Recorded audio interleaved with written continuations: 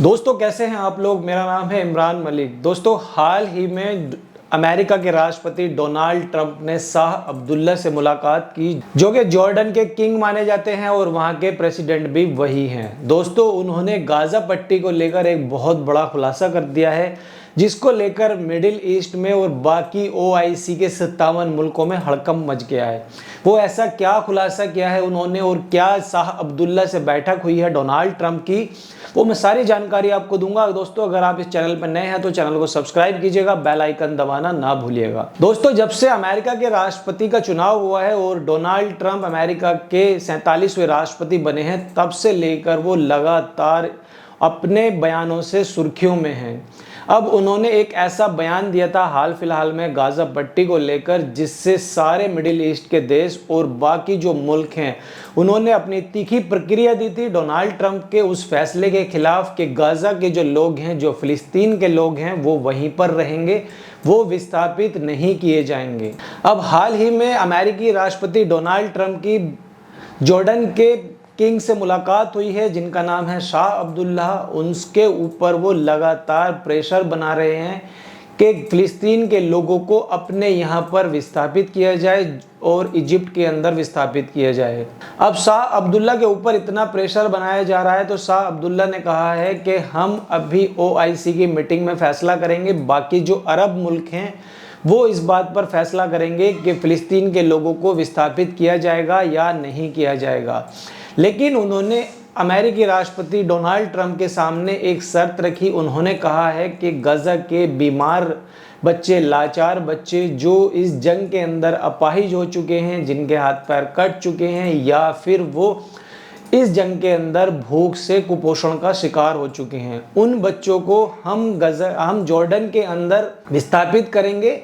एक तरीके से उनका कहना था कि 2000 बच्चों को जो अभी बिल्कुल बीमार स्थिति में हैं उनको जॉर्डन लेकर जाएंगे, उनका इलाज करेंगे। लेकिन उन्होंने विस्थापित के लिए ये साफ अभी अपना रवैया नहीं अपनाया कि 10 लाख लोगों को, लगभग 2 मिलियन की आबादी है गाजा के अंदर, जो गाजा पट्टी है उसमें लगभग 1 मिलियन यानी कि 10 लाख लोगों को विस्थापित करना है जॉर्डन के अंदर, जो लगातार अमेरिकी राष्ट्रपति शाह अब्दुल्ला के ऊपर प्रेशर बना रहे हैं। इस मुलाकात के बाद इसका एक वीडियो भी जारी किया गया था, जिसमें शाह अब्दुल्ला और अमेरिकी राष्ट्रपति डोनाल्ड ट्रंप आपस में बात कर रहे हैं। लेकिन मीटिंग खत्म होने के बाद जॉर्डन के शाह अब्दुल्ला ने एक ट्वीट भी किया है। उसमें उन्होंने लिखा है कि ये जो गाजा की ज़मीन है, जो फिलिस्तीनों की ज़मीन है, ये इन्हीं के पास रहनी चाहिए और इसको विस्थापित नहीं करना कहीं पर।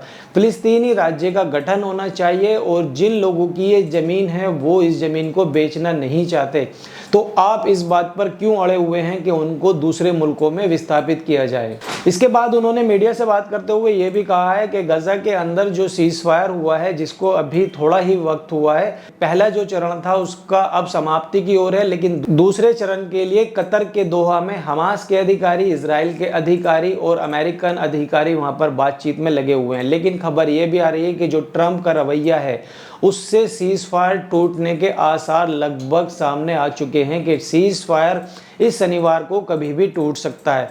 लेकिन लगातार डोनाल्ड ट्रंप इस तरीके के बयान दे रहे हैं, वो इजिप्ट के राष्ट्रपति के ऊपर प्रेशर बना रहे हैं कि आधे लोगों को अपने यहाँ विस्थापित किया जाए। लेकिन दोस्तों इसमें एक बड़ी मज़ेदार खबर यह है कि इजराइल के एक अखबार ने एक चुटकी लेते हुए एक खबर छापी है कि जो डोनाल्ड ट्रंप अपने देश से प्रवासी लोगों को बाहर भगा रहे हैं, हर अलग अलग मुल्कों के लोगों को पकड़ा जा रहा है, धरपकड़ की जा रही है उनकी, सभी रेस्टोरेंट में, सभी होटल के अंदर, सभी कंपनियों में जांच की जा रही है कि जो बिना कागज के कैश पर वहां काम कर रहा है उन लोगों को पकड़कर उनके पास प्रॉपर, जिनके पास कागज नहीं है, उनको वापस उनके देश हथकड़ी बांधकर भेजा जा रहा है। तो क्या डोनाल्ड ट्रंप अपने यहाँ पर इन फिलिस्तीनी लोगों को बसाएंगे? जो अमेरिकी सदर अपने यहाँ से अप्रवासी लोगों को हथकड़ी बेड़ी डाल डालकर वापस भेज रहे हैं, क्या वो फिलिस्तीन के उन लोगों को अपने यहाँ बसाएंगे? तो ये उनका बड़ा सवाल था कि जो राष्ट्रपति अपने देश को खाली करने पर लगा हुआ है वो दूसरे देशों को भरने की बात कर रहा है।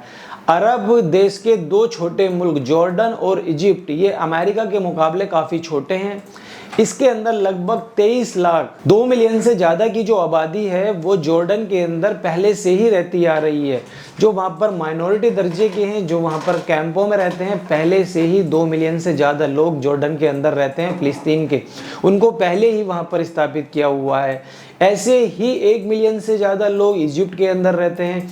अब जो बाकी बचे हुए लोग हैं उनको विस्थापित करने की बात की जा रही है। इस बीच हूती के प्रवक्ता अब्दुल मलिक का सीधा बयान है कि डोनाल्ड ट्रंप इस ज़मीन को खरीद कर यहाँ पर एक 5 स्टार जगह बनाएंगे, यहाँ पर पब बनाएंगे, मॉल बनाएंगे और इसके अंदर इस ज़मीन के नीचे लगभग $450 बिलियन की गैस रिजर्व है, ऑयल रिजर्व है, वो डोनाल्ड ट्रंप को चाहिए। और उसके बाद जो बैतुल मुक़द्दस है, मस्जिद अल अक्सा, वो उस पर पूरा का पूरा कंट्रोल चाहते हैं, इज़राइल का कंट्रोल चाहते हैं, अपना कंट्रोल चाहते हैं।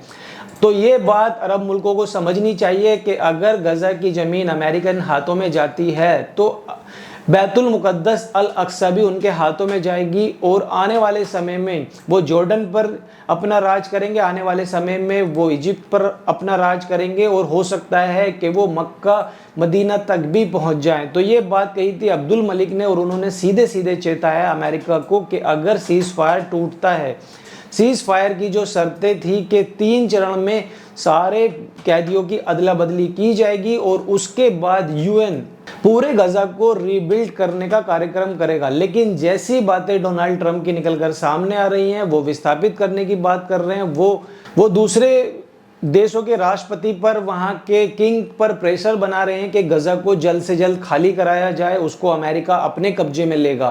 तो अगर ये सब होता है तो हूती अपने रंग में दोबारा आ जाएगा। अगर सीज़ फायर टूटता है तो वो लाल सागर में फिर से अपने हमले तेज कर देगा और लाल सागर में ही नहीं, उसकी जो बैलिस्टिक मिसाइल हैं, उसके जो हाइपरसोनिक मिसाइल हैं, उसके जो ड्रोन हैं, वो सीधे तेल अवीव तक दोबारा जाने स्टार्ट हो जाएंगे। अगर डोनाल्ड ट्रंप बात ये नहीं मानते, अगर वो अपनी बात पर अड़े रहेंगे तो ये सीज़ फायर बहुत जल्दी टूट जाएगा। इसको लेकर हमास के प्रवक्ता ने भी सीधा बयान दिया है कि डोनाल्ड ट्रंप पागल हो चुके हैं, वो इस तरीके के जो बयान दे रहे हैं वो नाकाबिले बर्दाश्त है, तो हम अपनी ज़मीन छोड़कर कहीं जाने वाले नहीं हैं।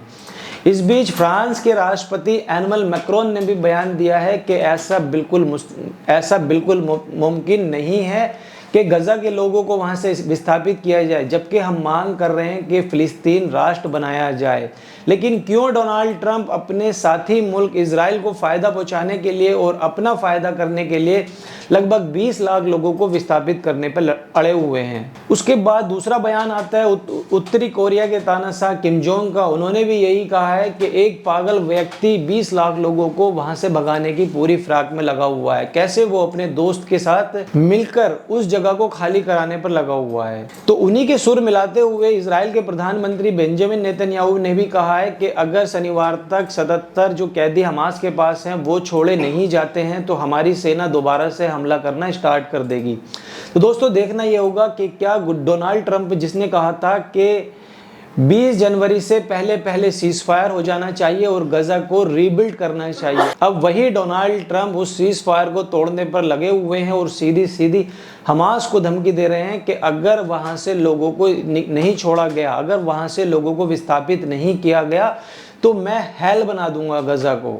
दोस्तों अब देखना होगा कि आने वाले शनिवार में क्या हमास जिसने आरोप लगाया है कि सीज़ फायर का उल्लंघन इजराइल की तरफ से किया जा रहा है, क्या वो इजराइल के कैदियों को छोड़ पाएगा, या फिर जो अभी डील है यूएन के साथ में और सीज़ फायर इजराइल के साथ हुआ है वो चालू रहेगा, या फिर वो आने वाले समय में पूरी तरीके से टूट जाएगा और जंग जो मिडिल ईस्ट में चलती हुई आ रही है, एक तरफ लेबनान है, दूसरी तरफ यमन का हूती है, एक तरफ गाज़ा है, एक तरफ ईरान है, एक तरफ इजराइल है, एक तरफ अमेरिका है, क्या इन सब के बीच में दोबारा से फिर जंग के हालात बन जाएंगे और जंग ऐसे ही स्टार्ट हो जाएगी जैसे लगभग 15 महीनों से चली आ रही थी।